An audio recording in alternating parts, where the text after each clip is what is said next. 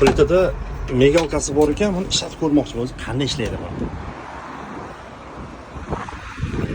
Tepaga yopishtirib qo'yilar ekan.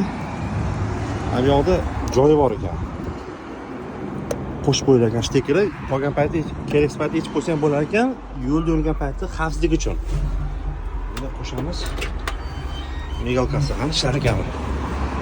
O, yaxshigina ishlar. Haydovchilarni boshqarish yanada ham oson bo'ldi akalar. Endi mana bunaqa 1, 2 bo'ldi. Ikkinchi skors. Oldi va orqa, neytral ekan. Boshqarish, ko'tarish, tushirish. O'ziga oladi, qo'shni va to'kib beradi akalar. Bu toshbaqa quyon nagurskalardagi bo'ladi. Qattiq yer, tog'li joylarda, ekstremal holatlarda sekin yuradi, nagurskali joylarda tez yurishga. Bu o'chirish ruchnoy tormozi, konditsioner va multimedialari. O'chirib qo'yamiz. 18 tonna ekan, gruzopodyomimiz 5,5 tonna akalar.